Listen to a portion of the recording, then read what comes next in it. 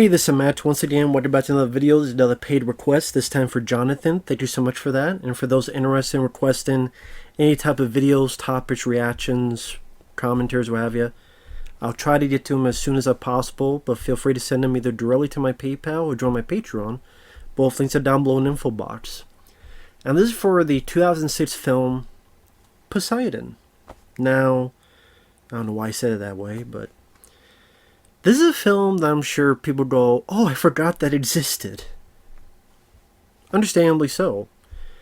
Now, in the 70s, there was a film called The Poseidon Adventure, and this is a film that had Gene Hackman, Ernest Borgnine, Shelley Winters. Now, there were films like Airport that brought in the disaster film era, but The Poseidon Adventure really kicked it up a notch to the point that after that, which got a lot of box office and even some award recognition. Even though I guess nowadays there's a lot of people that don't like the film or call it cheesy or bad. Like the Razzies in their book said it's one of the 100 worst bad films. I'm like, really? Like the Poseidon Adventure is one of the 100 worst. On the flip side, it's like a 7.79 to be, so go figure. But anyway, after that, you had a series of films like The Towering Inferno with Steve McQueen and Paul Newman. You had Earthquake, not the wrestler, John is Tenta. It's with Charlton Heston. Earthquake the movie, which I remember had a ride for a little bit at Universal Studios. You had the Airport sequels, Airport 75 with Charlton Heston, Airport 77, which I think had Jack Lemmon, Airport 79. I think all of them had George Kennedy in them. You had even The Swarm, which I like The Swarm. A lot of people don't like that film, but that had Michael Caine. The Poseidon Adventure got a sequel, Beyond the Poseidon Adventure, which also had Michael Caine in it. Paul Newman did another one. I forget what it was called. I forget it. It has a very funny trailer. I think Burgess Meredith is in it and Pat Morita's in it. I forget the name of the movie. But anyway, there's a lot of these type of disaster films coming out. But then they died out after a while because they were not making as much money. People were getting tired of it. Maybe it's amusing once or twice or thrice, but to keep going in it, they thought the joke worn thin, to put it another way. But then you saw a little bit of that with films like Independence Day and, films of that nature. Of course, that was 96. But then you saw these bigger movies come out. I mean, before that, Jurassic Park. After that, the same year, you had Twister. You had these bigger special effects driven movies coming out. Even 2003, the film didn't do well, but you had The Core. You had, in the 90s, Volcano and Dante's Peak, and Armageddon, and Deep Impact. And so eventually, you get to the 2000s, in this case 2006, which there was a TV movie of Poseidon Adventure, which had like Steve Gutenberg in it, and Adam Baldwin, and Peter Weller. It's just sadly that film did not have the budget that it needed, and it dealt with terrorists taking over the Poseidon. But this is a much bigger budget film, and you got Wolfgang Petersen directing. Now, this is a guy that did The Neverending Story, Air Force One, and The Line of Fire. A lot of good movies. This killed his career because from 2006 to now, he's only done one other film, and it was a foreign film that I've never even heard of. I couldn't even pronounce the name, honestly, because I forgot the name, but it's a foreign film. But American film-wise, this is the last film he did, and he did no more, because this film was a massive bomb. It lost quite a bit of money, and no one really cared. And the thing is, watching it again, it's not that it's an awful movie in the fact of I've seen much worse films. I was quite surprised how short the movie was. like by the time it got to the end credits, it's like an hour and 20 some minutes. At least by the time they're getting the final scenes of the movie, rescue. I'm like, it's only 80 some minutes long. And then the lengthy end credit titles, which goes on for like 10 minutes or so. But I'm like, yeah, this is only like an hour and 20 some minutes. So in an era where so many films are 2.5, 3, over 3 hours, the fact this was so short kind of took me aback. I completely forgot about that. And it does have some pretty good special effects. I mean, yes, there's some CGI that doesn't hold the best as a 2006, but there's actually quite a bit of decent ILM, Industrial Light and Magic effects, and there's a decent amount of practical work as well. Like when the boat tips, just if you don't know, Poseidon Adventure, there's a big wave, it tips over so it's upside down, and there are a group of survivors who are at the top, but technically they're at the bottom, and they have to go through the bottom of the ship, which is, they have to go up though, and that's the journey. That whole tipping sequence, some pretty stellar practical stuff of stunt people flying around, and yes, there's CG enhancements, but it's understandable because of the danger. But there's a lot of like stunt people being thrown around, and there's a decent amount of practical stuff being moved around and flipped over, and some pretty decent eye candy of that sort. Now the cast, to run them down, well, not run them down. Anyway, you got Josh Lucas, which they try to make him into a leading man. This is around the time he was in that film Stealth with Jamie Foxx, about the killer stealth bomber, artificial intelligence that got zapped by lightning, and Johnny Five is alive with stealth bombers. I kind of have fun with that movie for what it is. Just the idea, just I can't help it. It just tickles me. Not tickle me elmo, but just I don't know. Just something about that. Just it's a big budget movie with that kind of plot. It's kind of funny. It is funny, but although I do wish same problem with this. Josh Lucas, I don't think is leading man material. I'll get to the other cast members in a minute, but Josh Lucas, he's there. He's not awful. I think he works better in supporting role. He was in the 2003 Hulk film as one of the villains of the movie. He worked well for that. I just don't think he has the leading man presence. I'm sitting there going, Kurt Russell would work better. Kevin Dillon, I think, would even work better. Richard Dreyfuss. Like, so many people work better as the lead other than Josh Lucas. Who again, he was cast because they thought, they try to hope get a star that you hope will be a big thing and lead to bigger deals and become a new movie star. Didn't really work out for Josh Lucas. Because to be honest, I don't even know what he's done since, to be honest.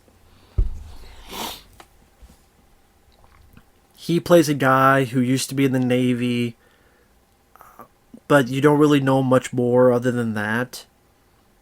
And he has a tendency to do stuff for his own preservation, but he doesn't really go into much detail as to why he does that. That's why I wonder, because of how short the film is, I wonder if this film had a lot of stuff cut out. I really do wonder that. Because the characters are very one note, and you don't really care about them. And that's one of the issues. Like the original Poseidon Adventure, you had Gene Hackman and Ernest Borgnine and them butting heads with each other. You had some strong, the whole bit with Gene Hackman at the end and his speech and, why you take me, huh? Like a good equivalent of that would be Sylvester Stallone in Daylight. Now, Daylight has his issues. The supporting cast of survivors, they're written to be very intolerably annoying that you feel bad for Stallone. And that's kind of when I watched that film, I root for Stallone even more because he's doing the right thing, but he's got these sad sacks of shit to deal with. Yeah, he's just, God, like, he's got to deal with these people, these survivors. Oh my God, I feel bad for Stallone more. But like, Stallone had that Gene Hackman, I found your heart, I'm going, he punches a hole through the mud with this bomb. Like, Daylight I really enjoy. And that's the thing, like, I thought Daylight was kind of a better Poseidon than this Poseidon movie. Just Stallone's performance and the special effects, and I thought the score and the song at the end, like, that to me is a better Poseidon Adventure spiritual sequel than, or remake, or whatever you want to put it, than this remake. So, like, Daylight I enjoy much more than this film. And I love Kurt Russell. He plays a guy who is a former mayor for a former firefighter. And Kurt Russell is Kurt Russell. Great. Whether it be in Backdraft, Steve from New York, Big Trouble in Little China, Tango and Cash, The Thing, Breakdown. Always great to see him in the movies. They should have just had him be the Josh Lucas part. And in fact, the way they built it up, it seemed like Josh Lucas would be the Gene Hackman part, and then Kurt Russell would be the Ernest Borgnine part. And spoiler alert, for the original, Gene Hackman dies and Ernest Borgnine survives. So it seems like if you're following that, Josh Lucas, with the way they built up his character, he should have been the one that did the self-sacrifice, and then Kurt Russell lives. I think that would have made the film a bit better. Not save the film, but I mean, the only bit with his character is that he's looking for his daughter. He cares about his daughter. His daughter's getting married to this guy, and is a bit tired of her dad. She's tired of her dad watching her all the time, and like, let go a little bit of my life. I gotta live my life. You know, that whole shebang. Nothing really else to the characters. Kevin Dillon is just a guy who's a dick. Freddie Rodriguez, his sister is a stowaway, and he's in the kitchen. I think Freddie Rodriguez was in Planet Terror as the lead. I believe it was him. I liked him in that. This, I mean, it's a nothing role. Richard Dreyfuss could have potentially been interesting because he's an architect who happens to be gay, and he's tearful at the beginning because his boyfriend left him, and it's not done there for politics or anything. It's just, hey, character just happens to be gay, and he's thinking of ending himself. But then nothing ever comes of that. Like, do you think there could be a lot more deeper conversations or developments with the character where he finds either if he's going to die, he's going to die for a good cause, or he's going to die saving someone, so at least there's some merit, or he learns that he can move on, so he helps someone, or he saves someone, or he protects someone. And that's not really the case. Like, it seems like they're going their way a little bit with Dreyfuss and his kind of friendship with the stowaway lady, but really not much is done with that. It's barely glimpsed. And that's the thing, is that this does not do a good job dealing with the characters. I mean, very minute, one-dimensional, not much to them. Not much to any of the characters. Because it's such a short film, and we did about 15 minutes until it hits the fan, and the tidal wave and the ship. And of that 15 minutes, you have the opening credits, you have Josh Lucas running on the top side of the Poseidon, and there's Kurt Russell, there's his daughter, there's the daughter's could-be fiance, there's Richard Dreyfuss' tearful phone call, there's a mom and her little kid, there's the captain, Andre Braugher, which, so many films I watch him in, he dies. Like, he dies in this movie, he died in The Mist, I can't think what was the other movie he died in. That would kind of remind me of The Mist. I can't remember, but it's like... Or there's Kurt Russell and Josh Lucas playing cards with Kevin Dillon's character. But like I said... Oh, there's Freddie Rodriguez and the Stowaway Sister. She comes out. What are you doing here? Here's some food. Hide so that no one finds you. Like, boom, boom, boom. That's all we did. Tidal wave. Let's go up. There's not even a big conversation with the crowd of... That was another strong point of the original, where this back and forth of, no, if you guys stay here, you're going to die. Oh, you don't know what you're talking about. Come on, this is a safe place. There's no fight. There's no battle. There's no verbal argument. It just literally... Like, they don't really tell anybody, hey, if anyone wants to come with us, we're going that way. You don't know what will happen here. It's kind of... Other than Andre Braugher, the captain, nobody else knows. Like, they watch them, but they don't know what's going on. They don't know what's happening. And I just think that type of drama, communication, possible development, like, could have helped. Because it's kind of just... kind of watching an effect show of what can ILM do with this ship. And you're just kind of waiting for that next bit of set piece.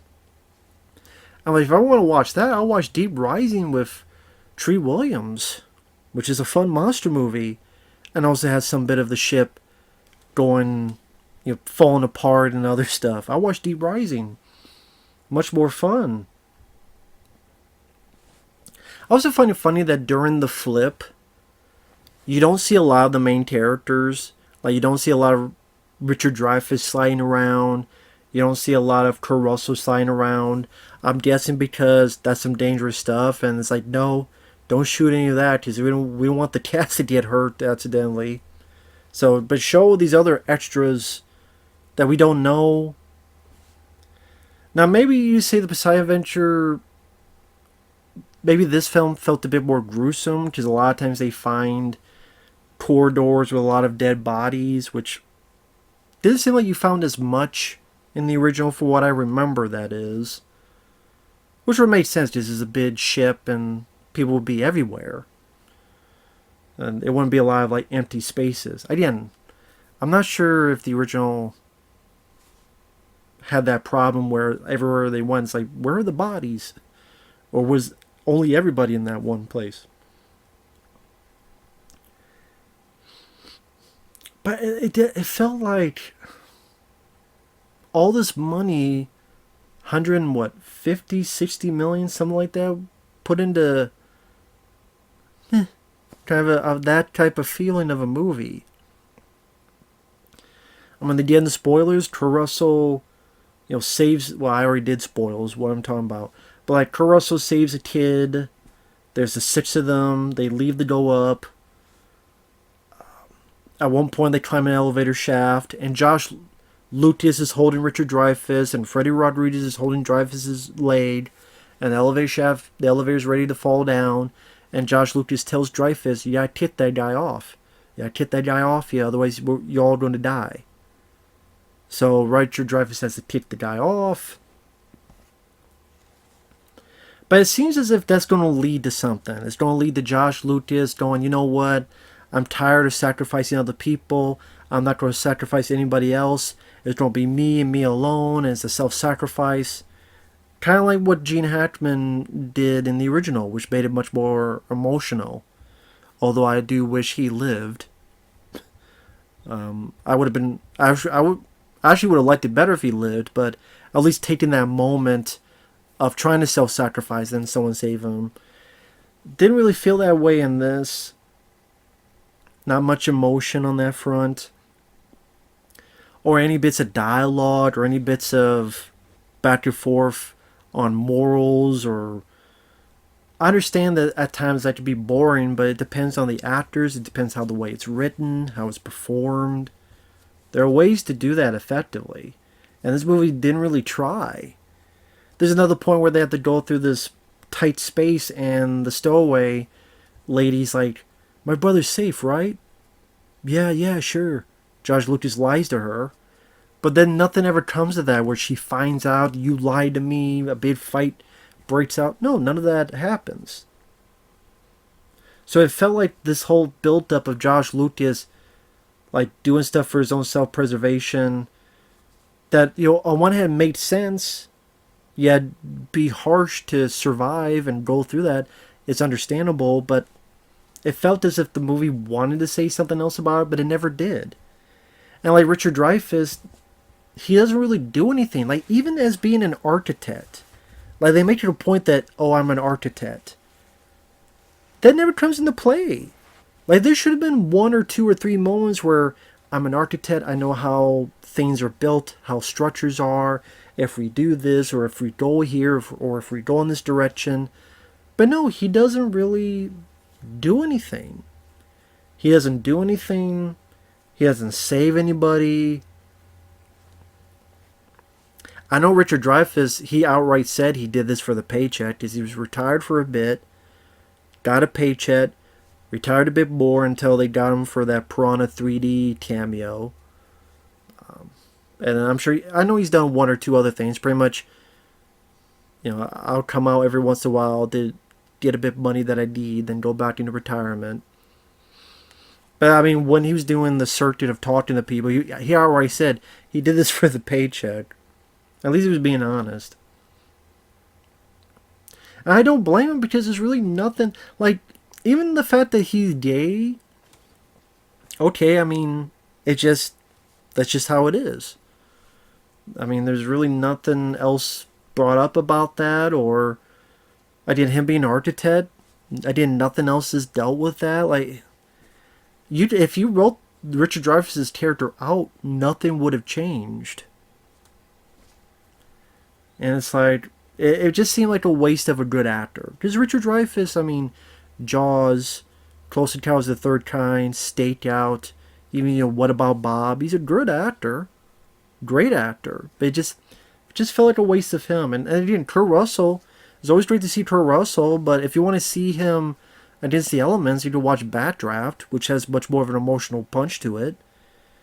Or you can watch him in film action. I'd rather watch Soldier. I'd rather watch Soldier than this. I had more fun with that movie. Which, I know that was another bomb. That's a more fun movie than this. So,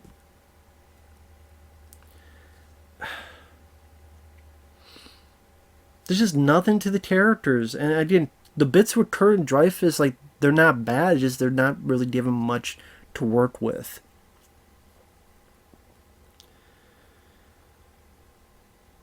So, like I said, you have the elevator falling on Freddy Rodriguez's character. You have they have to go across this room where there's a lot of, to be honest, CG fire. Maybe some practical in there. Well, there's a bit of practical, and then Josh Lucas has to dive into the fire, CG fire, go back up with a hose so that Kurt and his daughter can zipline through.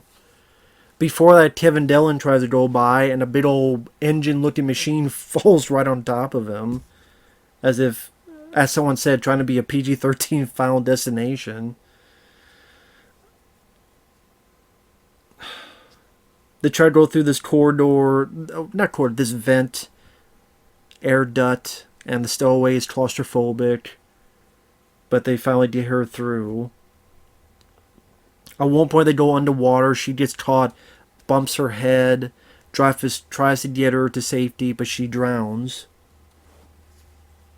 Again, I'm on, like, Richard Dreyfuss doesn't really do anything or accomplish anything. So of this, like, I said 6 started, and then they found about 3 more. But after that, they get to places too flooded. There's an explosion. They are able to get there. The engines, they need to be shut off. The daughter's fiance's going to do it, but Caruso chooses for him and he goes down. I will say, Caruso, to give credit where it's due, he did, super spoilers, he did a great job showcasing drowning. Like, it was pretty creepy. Because, how do you act that? But he did a damn good job. Where he's running out of air and he's able, the way he's shaking his eyes and his mouth. Like, it really did look like he drowned. Like, I don't know how the hell he did that. But he was very effective and creepy. And his last gasp, he able to touch it. So the engine goes the other way, so it's more of a suction. They put a pipe through, explosion, get through. And Josh Lucas, Richard Dreyfuss, the mom, her little kid, the Caruso's daughter and her fiance, they get out.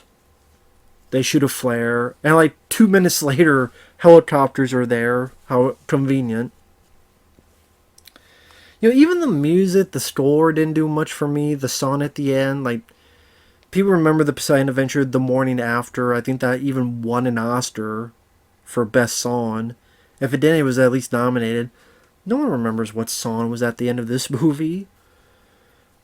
Like I said, you maybe